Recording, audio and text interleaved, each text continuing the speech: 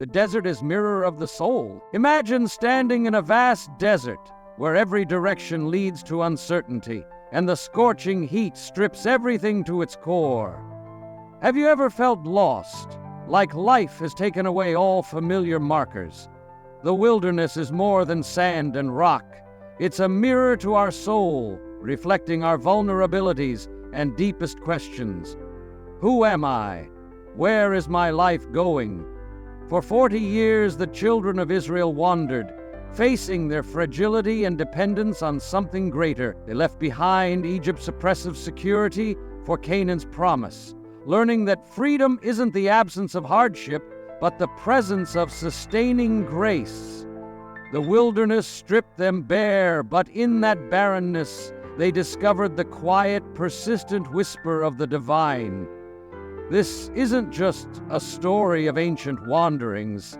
It's a lesson for anyone navigating the deserts of doubt, loss, and questioning. Join us as we explore the profound truths revealed in the wilderness, truths that illuminate our own human condition. Subscribe, like, and stay to the end to uncover how grace meets us even in the harshest of places. Let's journey into the wilderness together.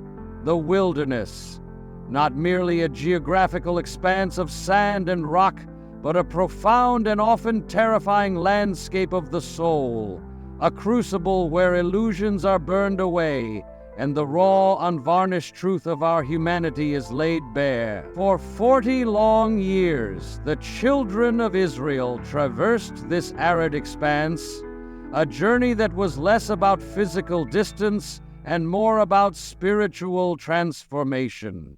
They were caught between the memory of Egypt's oppressive security, a false security built on the backs of forced labor, and the distant yet beckoning promise of Canaan, a land flowing with milk and honey. Think of it, 40 years. A generation born into the wilderness knowing nothing of the life their parents left behind, yet bearing the weight of their collective trauma. They were stripped bare, forced to confront their own fragility, their dependence on something greater than themselves. The familiar securities, the routines, the structures, the illusions of control were swallowed by the vast, indifferent expanse of the desert. And in that stripping away, they encountered a profound truth that human existence, in its essence, is a wilderness. We wander, not just through physical landscapes, but through the deserts of doubt, loss, and existential questioning. Times when the familiar landmarks vanish, when the maps we've relied upon prove useless, and we're left with nothing but the raw, unfiltered questions of the heart. Where is God in this barrenness? Can we trust the path when we see no clear destination? What does it truly mean to be free, not from external chains, but from the internal shackles of fear and self-doubt? These are not merely ancient questions. They are the perennial cries of the human spirit, echoing through the ages. The wilderness, in its harshness, becomes a mirror. It reflects back to us our own limitations, our own vulnerabilities, our own desperate need for grace. It forces us to confront the uncomfortable truths we often prefer to ignore. It is a place where the divine, in its mysterious wisdom, often chooses to reveal itself, not in grand displays of power, but in the quiet, persistent whisper of presence. For the story of Israel in the wilderness is not a tale of abandonment, but of divine pedagogy. It is a story of God patiently, painstakingly guiding a people through the process of spiritual formation. It is a story that reminds us that even in the most desolate of places, grace can bloom, that even in the midst of our wanderings, we are not alone, and that true freedom is not the absence of hardship, but the presence of a love that sustains us through it all. Join us as we explore the profound and timeless lessons of the wilderness wanderings and discover how the story of Israel can illuminate our own journeys through the deserts of life. For in the wilderness we find not just our limitations, but the boundless grace that meets us in the heart of the human condition. From slavery to dependence, liberation, that glorious word, a breath of new air, a breaking of chains, the rush of deliverance from the clenched fist of tyranny, the sight of the oppressor's stronghold shrinking in the distance, the long-awaited exodus. But the road to true freedom is never as simple as an open gate. It is not merely the absence of chains, nor the mere escape from oppression. Freedom, real freedom, is a pilgrimage of the soul, an arduous, excruciating transformation that can only take place in the wild expanse of the unknown. For the Israelites, the dramatic spectacle of the Red Sea's parting was not the culmination of their story, but merely its prologue. The true exodus, the exodus of the heart, was just beginning. And the setting for this divine drama was no lush paradise, no fertile land of plenty, but the barren wilderness. Why? Because the greatest chains are not those that bind our hands, but those that bind our hearts. Egypt was more than a place. It was a system, a worldview, a false security masquerading as life. Pharaoh was not merely a tyrant. He was a symbol of every oppressive force that conditions the human soul into dependence on anything but God. And as the Israelites stepped into the wilderness, they did not just leave behind the brick pits and taskmasters. They carried within them the memory of slavery, a memory that still whispered to them, still exerted its gravitational pull. If only we had died by the Lord's hand in Egypt, they cried. How astonishing, how deeply human this lament, how quickly we romanticize the chains that once crushed us, preferring the predictability of captivity to the uncertainty of trust. Gregory of Nyssa, that great mystic of the early church, saw in this moment an unsettling truth about the human condition. The soul delivered from sin still craves its chains. How often do we too long for our own Egypts? We leave behind toxic relationships only to miss their cruel familiarity. We turn from self-destructive habits, yet find ourselves nostalgic for their fleeting comforts. We surrender our false gods, yet secretly wonder if they could still save us. This is why the wilderness was necessary. It was not a detour. It was the destination. It was the refining fire, the crucible in which the illusions of Egypt would be burned away.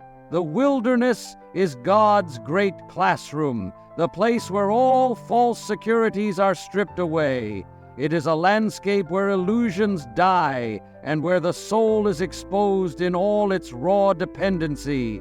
For here, in the vast emptiness, Israel must unlearn the comfortable lies of slavery, the lie that security comes from structures of human power rather than from divine the lie that freedom is the absence of hardship rather than the strength to endure it, the lie that their identity is forever shaped by the yoke of their past rather than by the divine election upon them. In the wilderness, there are no storehouses, no quotas, no predictable rations, only hunger, only thirst, only an empty space where self-sufficiency crumbles and dependence is laid bare. And yet, paradoxically, it is in this place of utter deprivation that grace descends most profoundly. For the wilderness, barren though it may be, is not merely a place of testing. It is the geography of grace. It is here that the same God who parted the sea now provides manna from heaven. It is here that the same God who shattered Pharaoh's army now draws forth water from the rock. It is here that the God who called them out of Egypt walks among them as a pillar of cloud by day and fire by night. And so the journey to true freedom begins, not in triumph, but in surrender, not in certainty, but in trust, not in abundance, but in the hunger that makes room for the bread of heaven. For the wilderness is where grace meets the human condition, where we discover, perhaps for the first time, that the aching hunger of our souls cannot be filled with the mirages of Egypt, nor by the comforts of the past, but only by the living presence of God. And only those who learn to hunger rightly will ever feast in the land of promise. Manna, the mystery of daily grace. Manna, a word spoken in hushed tones, an echo from the deep recesses of salvation history, a whisper of divine provision in the heart of desolation. But its very name is a question. Man who? What is it? The bewildered cry of the Israelites reverberates across the centuries. Here, in this barren land of silence and scarcity, they wake to a mystery, an unfamiliar, unclassifiable substance resting upon the ground.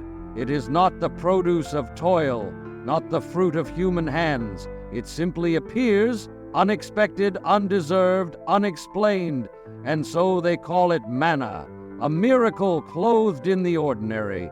Scripture describes it as the grain of heaven, a food unlike any other, like frost. It melts under the heat of the sun, a transient blessing requiring trust.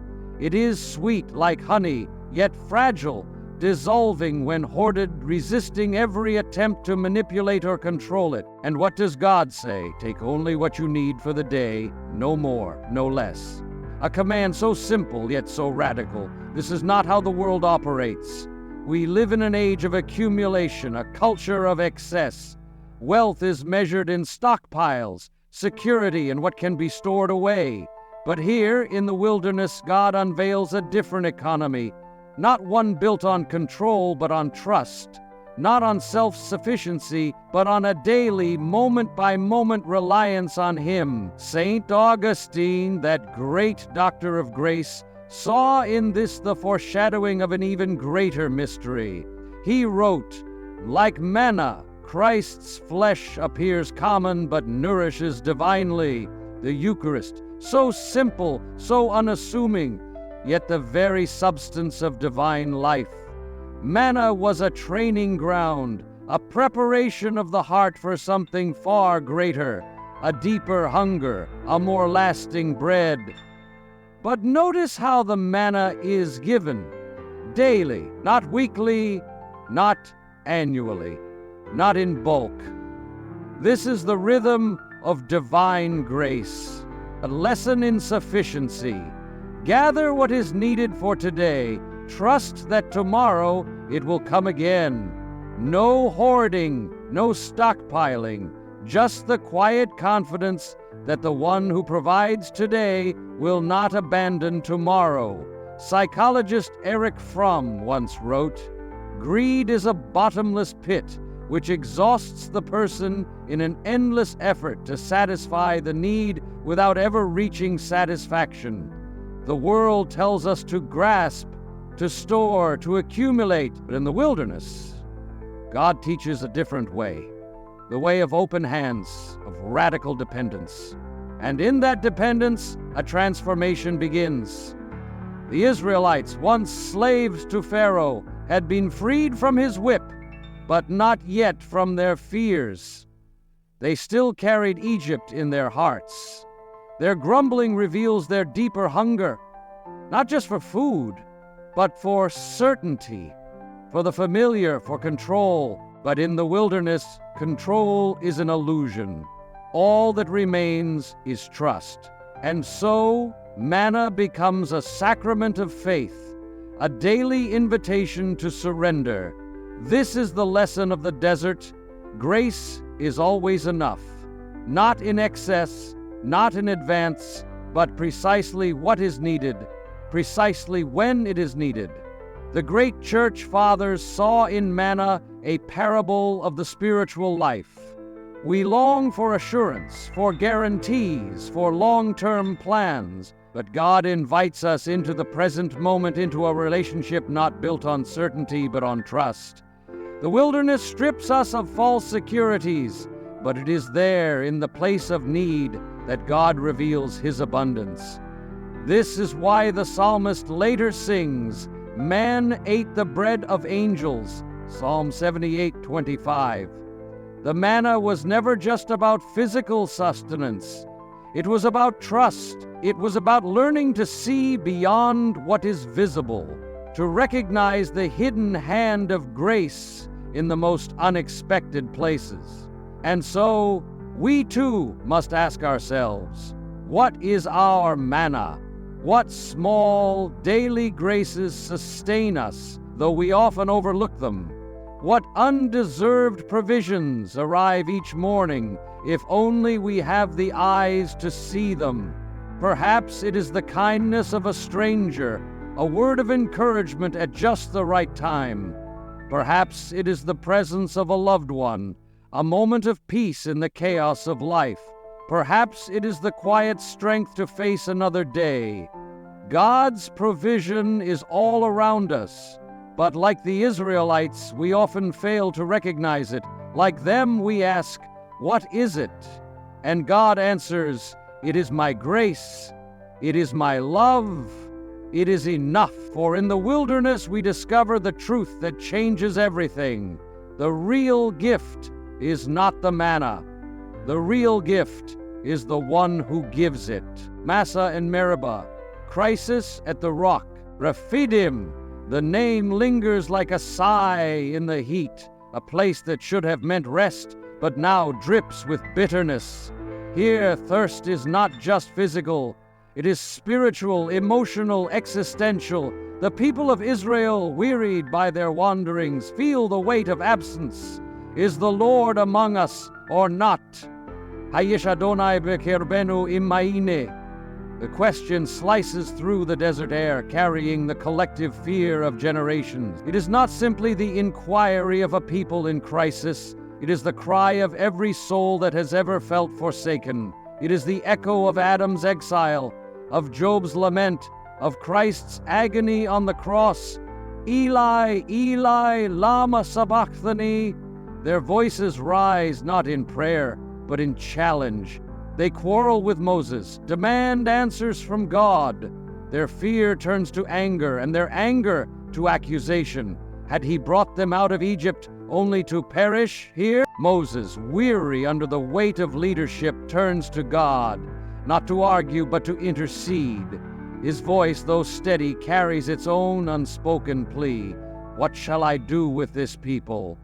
The tone is familiar. It is the voice of every leader who has stood between divine promise and human doubt, caught in the tension of faith tested by circumstance. And yet, God does not answer with anger. He does not thunder from the heavens, nor rebuke them for their wavering trust. Instead, He gives them a command. Take the staff and go. I will stand before you on the rock at Horeb. Strike the rock, and water will come out of it for the people to drink. There is no debate, no lecture on faith, no divine reasoning, only instruction. God does not justify His presence, He manifests it. He does not demand trust without evidence, He provides. And so Moses,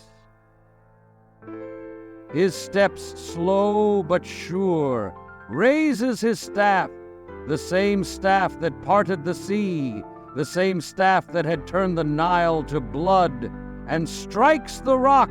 Silence. A crack splinters through the stone, and then an eruption. A torrent of water bursts forth, cascading down in glistening streams. The people rush forward, their hands cupped, their thirst forgotten in the face of abundance. The desert drinks deeply, and life springs forth where none should have been. The rock is more than a mere vessel. It is a sign, a witness to the faithfulness of God. It is the answer to their question, is the Lord among us or not? Yes, here, now, in the water that saves them, in the presence that sustains them. The Apostle Paul, in his letter to the Corinthians, would later unveil the mystery hidden in this moment. They drank from the spiritual rock that accompanied them, and that rock was Christ, 1 Cor 10:04. The rock at Massa and Meribah struck by the staff of Moses, foreshadows the Son of God, struck for the sins of the world. The water that flows from the wounded stone mirrors the living water that pours from Christ's side, opened by the soldier's spear. This is the great paradox. The very place of testing, the place where faith seemed most fragile, becomes the site of revelation. Massa and Meribah, names that signify trial and contention, become the backdrop for divine provision. It is here, in the harsh wilderness of doubt, that God meets his people most profoundly. The story of Massa and Meribah is not just a tale of ancient Israel. It is our story. It is the account of every soul that has ever walked through a barren season, feeling the pangs of unanswered prayers, the ache of seeming silence. We too have stood in the wilderness, thirsting for reassurance, wondering if God is still with us. We have wrestled with our faith in the dry places, questioned his presence when all we saw was emptiness, and yet the message of the rock remains. God is with us, even in our doubt. The water still flows. From the rock at Horeb, from the cross at Calvary, from the well springs of grace that never run dry, our thirst is met, not always with explanations, but with presence. Not always with immediate deliverance, but with sustenance. We drink, and in that drinking we are reminded that even in the desert, even in the trial, God remains faithful. The pillars, cloud by day, fire by night. The wilderness journey was not a simple path cleared of hardship. It was a test of faith, a crucible where the Israelites were forced to confront their own limitations and their dependence on something greater than themselves. The pillars, the cloud by day and the fire by night, were not meant to shield them from the harsh realities of the desert, but to be a constant, tangible reminder of God's presence, a beacon of hope in the midst of their disorientation. Origen, the early church father, with his profound insights into the human soul, observed, God veils his glory in cloud lest we be blinded, kindles fire lest we despair in darkness. The pillars were a divine accommodation, a way for God to reveal himself in a manner that the Israelites could comprehend without overwhelming their fragile faith. The cloud, a symbol of divine protection and guidance, shielded them from the scorching sun, offering respite from the relentless heat. The fire, a beacon of warmth and security in the cold, dark nights, dispelled the fear of the unknown and offered a glimmer of hope in the face of despair. In our own disorientation, when we feel lost and alone, when the darkness of doubt and despair threatens to engulf us, the Spirit still hovers. The pillars, though not literal manifestations in our modern world, serve as powerful metaphors. They remind us that even in the midst of our struggles, even when we feel utterly alone, God is with us, illuminating the path, offering guidance and support. The pillars teach us to discern God's movement, to recognize his presence even in the subtle whispers of our own hearts. As Ignatius of Loyola, that insightful spiritual guide, advised, in desolation, remember consolation. Even when we are engulfed by the darkness of doubt, we must remember the moments of grace, the experiences of God's love and compassion that have shaped us. We must recall the times when we have felt his presence, when we have experienced his guidance and support. The God who guided Israel through the trackless wastes, who provided the cloud by day and the fire by night, still whispers to us today, I will instruct you and teach you the way you should go. Psalm 32:8. The journey may be arduous, the path may be uncertain, but we are not alone. The Spirit, like the pillars of old, continues to guide us, to illuminate our path, and to offer us hope and strength in the face of any challenge. And so the pillars, these enduring symbols of divine presence, become a source of comfort and inspiration for our own wilderness journeys.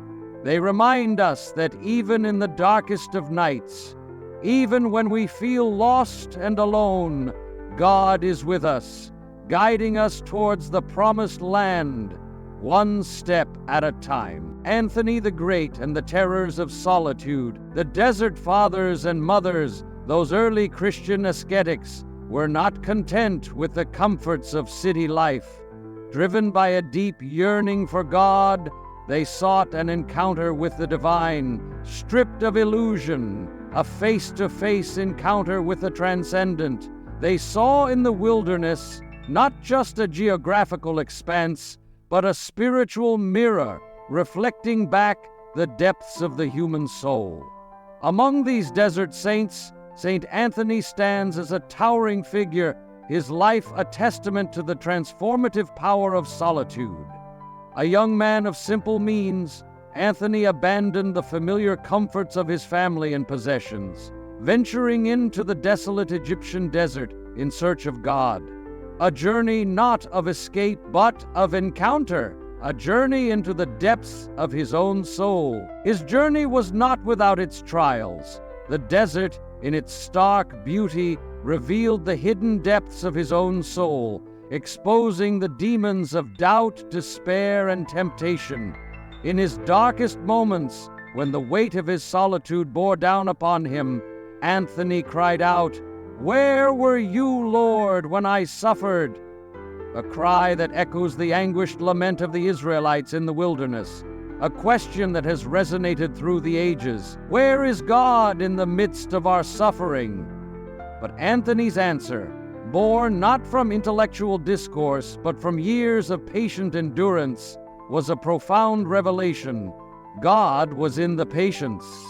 The desert, in its relentless testing, became a crucible of spiritual formation, forging in Anthony a strength and resilience that would inspire generations to come. It was in the midst of his suffering, in the quietude of his solitude, that he discovered the enduring presence of God, a presence that sustained him through the darkest nights of the soul. The story of Anthony's life, preserved in the writings of Athanasius, is a powerful reminder that the wilderness is not merely a place of physical hardship, but a spiritual battlefield. It is a place where we confront our deepest fears, our most cherished illusions, and the true nature of our dependence on God. It is a place where the masks of self-deception fall away, revealing the raw, unvarnished truth of our humanity. In the quietude of the desert, stripped of the distractions of the world, Anthony discovered the true meaning of solitude. It was not an escape from the world, but a deepening of his relationship with God, a stripping away of the layers of self-deception that obscured his vision. He learned that true freedom is not found in the accumulation of possessions, but in the surrender of the self to the divine will. The desert fathers and mothers, in their radical embrace of solitude, became beacons of hope for those seeking a deeper connection with the divine. Their lives, filled with hardship and sacrifice, offer a profound testament to the transformative power of the wilderness. For in the desert, we find not just our limitations, but the boundless grace that meets us in the heart of the human condition. And so the story of Anthony and the lives of the desert fathers and mothers invites us to contemplate our own wilderness journeys, to confront our own demons, to embrace our own solitude, and to discover the profound grace that awaits us in the quietude of our own hearts. Evagrius Ponticus, the Eight Deadly Thoughts. While Anthony carved a path of solitude in the Egyptian desert, Evagrius Ponticus, a monk who followed in his footsteps, delved into the inner wilderness of the human heart. Evagrius, often called the psychologist of the desert, meticulously mapped the terrain of the soul, identifying the 8 deadly thoughts that ensnare us and lead us astray.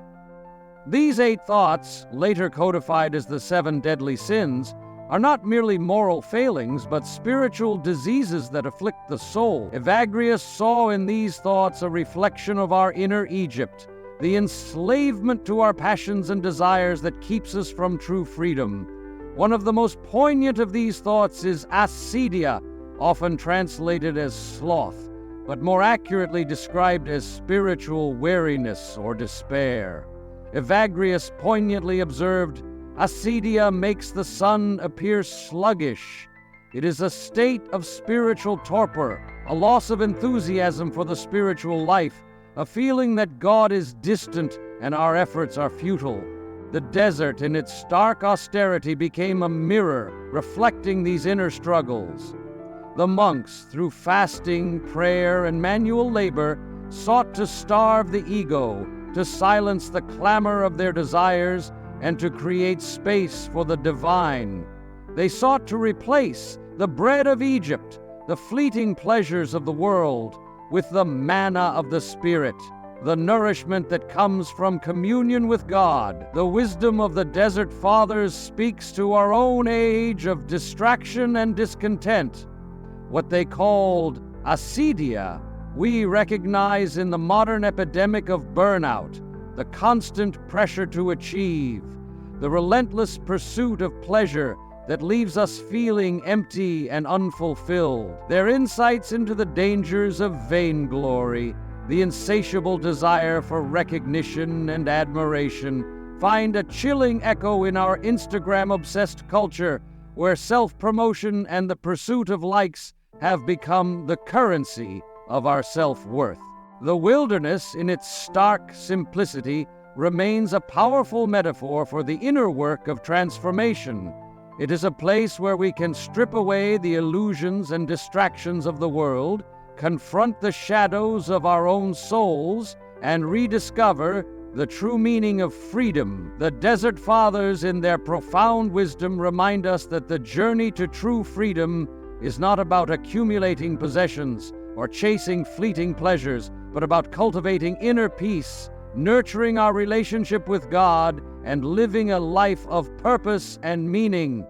As we navigate the complexities of the modern world, the wisdom of the Desert Fathers offers a timeless guide. It invites us to step back from the noise and distractions of daily life, to cultivate silence and solitude, and to listen for the still, small voice of God within. For in the quietude of our own souls, we may discover that the wilderness, far from being a place of desolation, is a fertile ground for spiritual growth, a place where we can encounter the divine and rediscover the true meaning of freedom. The Liturgy of Lament.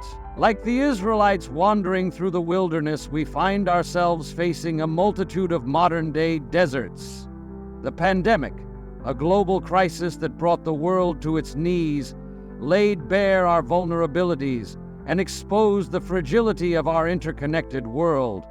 The rise of political polarization, the deep divisions that tear at the fabric of our society, creates a wilderness of mistrust and suspicion. The looming threat of climate change casts a long shadow over our future, a stark reminder of our precarious existence on this fragile planet. These crises, these modern-day wildernesses, do not demand optimism or platitudes. They demand honesty, a willingness to confront the harsh realities of our existence. They demand a liturgy of lament, a space for our grief, our anger, our despair. In the Psalms, we find a powerful model for this kind of honest expression. My God, why have you forsaken me? Psalm 22:01. The anguished cry of Jesus on the cross echoes through the ages, a testament to the power of lament to express the depths of human suffering. As theologian Walter Brueggemann notes, lament is the language of those who ache for what is not yet. It is a recognition of our brokenness, our finitude, our dependence on something greater than ourselves. It is a cry for help, a plea for healing, a yearning for a future where justice and compassion prevail.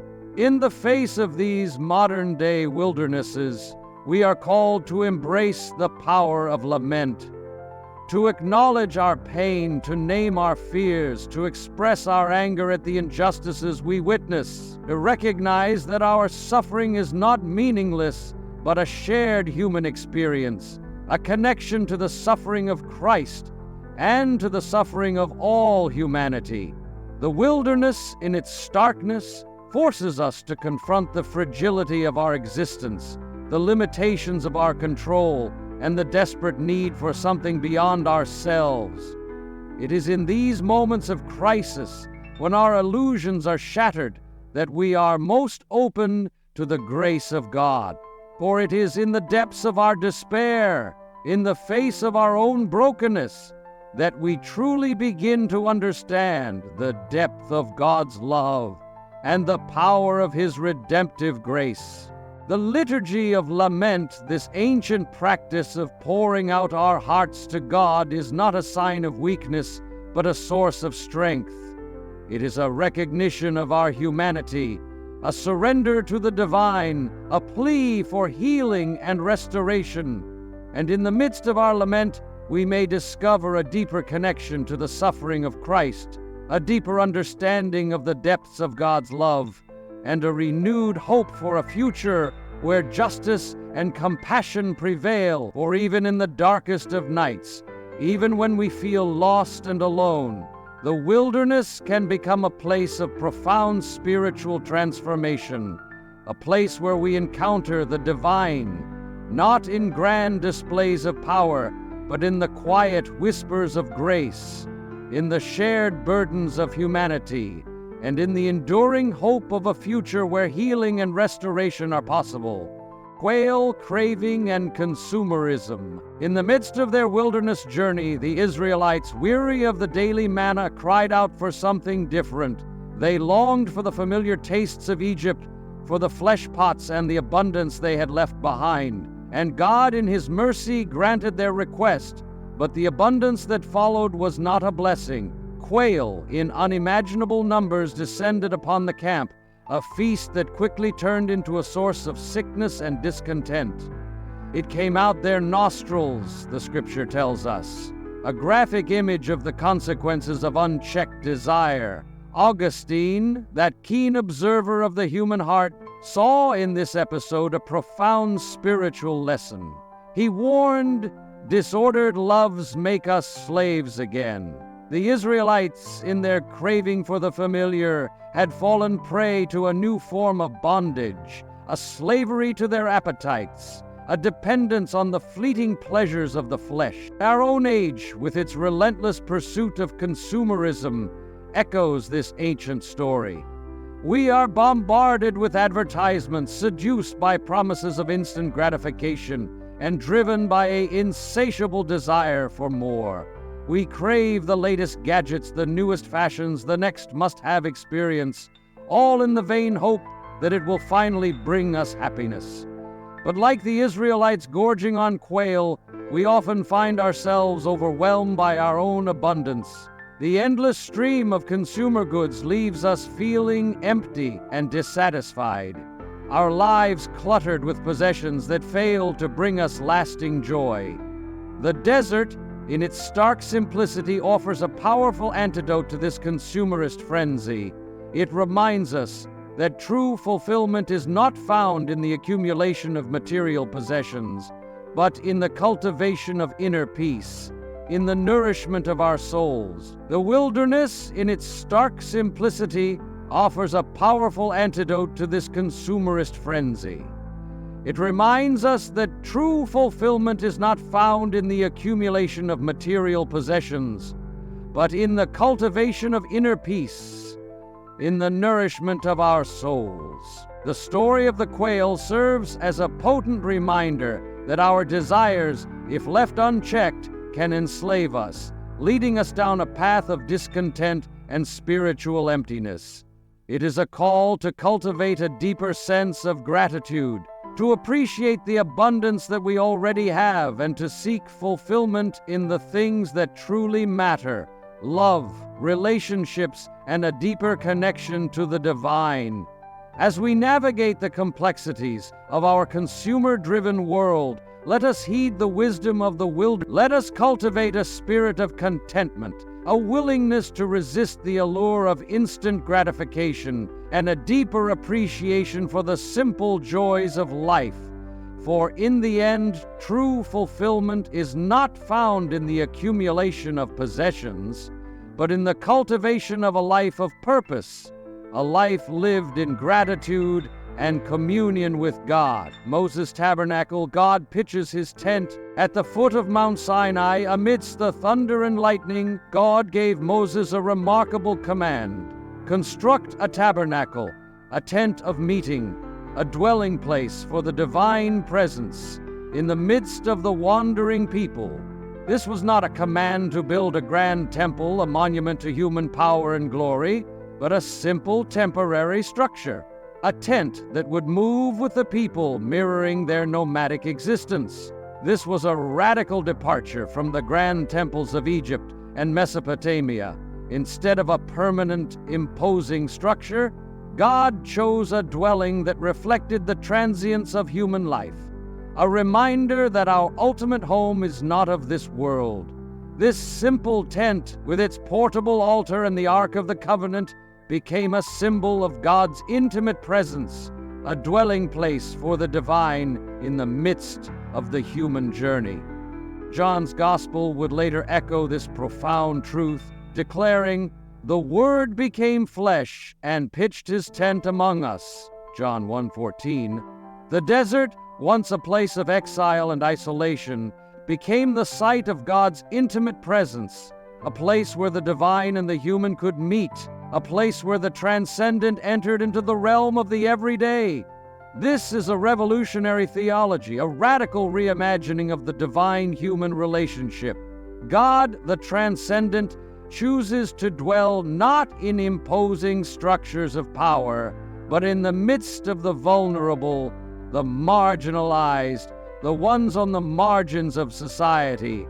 This is the essence of true hospitality, not a welcoming of the comfortable, but a reaching out to those who are lost, broken, and forgotten.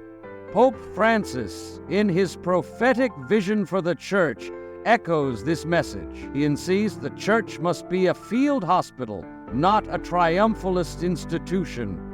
The Church, like the tabernacle, is called to be a place of healing and reconciliation, a refuge for the lost and broken, a tent pitched in the midst of human suffering. The desert reminds us that holiness is not found in stability or permanence, but in following the cloud, in responding to the ever-changing needs of the world. Whether it leads us to the suburbs or the slums, the boardroom or the border camp, the Church is called to be a presence of love, compassion, and justice, a tent of meeting where the divine and the human can encounter one another. And so the tabernacle, this simple, temporary dwelling, becomes a powerful symbol of God's abiding presence, a reminder that the divine is not confined to temples or institutions, but is found in the midst of human life, in the struggles and joys, the triumphs and tragedies of our shared existence. The desert, once a place of exile, becomes a place of encounter, a space where the divine and the human can meet, where the broken can be healed, and where the seeds of hope can be sown. The story of the tabernacle invites us to ask ourselves, where are we called to pitch our own tents of meeting?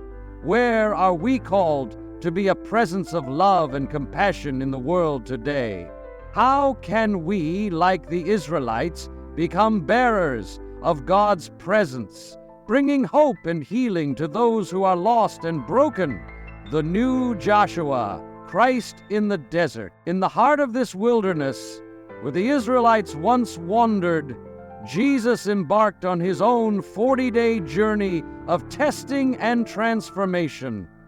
Like the Israelites, he faced the trials of the desert, the temptations of the enemy, and the gnawing pangs of hunger. The desert, a crucible for the Israelites, became a proving ground for the Son of Man. Where the Israelites doubted, their faith wavering under the weight of hardship, Christ remained steadfast, his trust in his Father unwavering. Where they grumbled and complained, seeking solace in the familiar comforts of the past, Jesus declared, "One does not live by bread alone," Matthew 4:04, demonstrating the power of spiritual sustenance over physical needs. The early church fathers, those profound spiritual guides, saw in Jesus' wilderness experience a profound spiritual significance. Athanasius, the great defender of the faith, proclaimed, "The new Joshua, conquering the desert's demons so we might inherit paradise." Jesus, through his victory over temptation, paved the way for our own spiritual transformation. He showed us that the wilderness is not a place of defeat, but a crucible of spiritual growth, a place where we can confront our own inner demons and emerge stronger, more resilient, and more deeply connected to God. The Desert Fathers, those early Christian ascetics, sought to emulate Jesus' example, retreating to the wilderness to confront their own inner struggles. They saw in the desert a place of profound spiritual discipline, a space where they could strip away the distractions of the world and focus on the essential: prayer, contemplation, and communion with God. The legacy of these desert saints continues to inspire us today. Monastic communities dedicated to a life of prayer and contemplation cultivate oasis gardens in the midst of barren landscapes, transforming the desert into a place of spiritual renewal. Climate activists, inspired by the prophetic vision of Isaiah, are working to restore degraded ecosystems, replanting forests and combating desertification, turning barren wastelands into thriving ecosystems. Counselors and therapists are developing wilderness therapy programs, utilizing the power of nature to heal trauma, addiction, and other mental health challenges. The desert, once a place of isolation and despair, is being rediscovered as a place of healing and transformation. Isaiah's prophetic vision, "The wilderness will rejoice and blossom," is being fulfilled in unexpected ways. The desert, once a symbol of desolation and death, is being transformed into a garden of hope, a place where life can flourish once again. Our own trials, our own wilderness experiences, when united with the suffering and triumph of Christ, can become seeds of resurrection. The wilderness, once a place of exile, becomes a place of encounter, a space where the divine and the human can meet, where the broken can be healed, and where the seeds of hope can be sown. As we navigate the complexities of our own wilderness journeys, let us remember the example of Jesus, the new Joshua, who conquered the temptations of the desert and emerged victorious. Let us draw strength from his example, cultivate our own inner wilderness, and discover the profound grace that awaits us in the midst of our struggles. For in the wilderness we find not just our limitations, but the boundless grace that meets us in the heart of the human condition, the promised land ahead. Moses, the faithful servant of God, died on Mount Nebo, his eyes fixed on the promised land. He would never enter. Yet the text insists, his eyes were undimmed. Deuteronomy 34:7. The wilderness, with all its hardships, had not dimmed the light of his faith. It had in fact sharpened his vision, allowing him to see God not just in the destination, but in the journey itself. As Carlo Caretto, the desert monk, so eloquently wrote, "In the desert you learn God is enough, or you don't learn anything." The wilderness, with its stark beauty and its inherent challenges, strips away the illusions and distractions of the world. forcing us to confront the essential questions of life. Who are we? What is our purpose? Where do we find true meaning and lasting joy? The wilderness ends where it began, at water's edge. But now, the waters part not through Moses' staff, but through shared courage, through the collective strength of those who have faced their own wildernesses. Consecrate yourselves, Joshua says, for tomorrow the Lord will do wonders. Joshua 3:05. Our own deserts, with all their hardships and trials, prepare us to cross our own Jordans, to face the challenges that lie ahead with undimmed eyes, trusting in the one who made manna from dew and wine from water. See, I am doing a new thing. Now it springs up. Do you not perceive it? I am making a way in the wilderness and streams in the wasteland. Isaiah 43, verse 19, the wilderness. Once a place of exile becomes a place of encounter, a space where the divine and the human can meet, where the broken can be healed, and where the seeds of hope can be sown. And as we journey through our own deserts, let us remember that even in the darkest of nights, even when we feel lost and alone, God is with us, guiding us towards the promised land, one step at a time. Hope in the wilderness. Thank you for accompanying us on this exploration of wilderness wanderings, where grace meets the human condition. If this journey into the depths of human experience and the enduring power of faith has resonated with you, we invite you to join the Hope in the Wilderness community. Subscribe for more theological reflections. Share your own stories of encountering grace in your personal wildernesses, and let us continue together, finding hope and meaning in every step of our shared pilgrimage towards a deeper understanding of God's presence in our lives.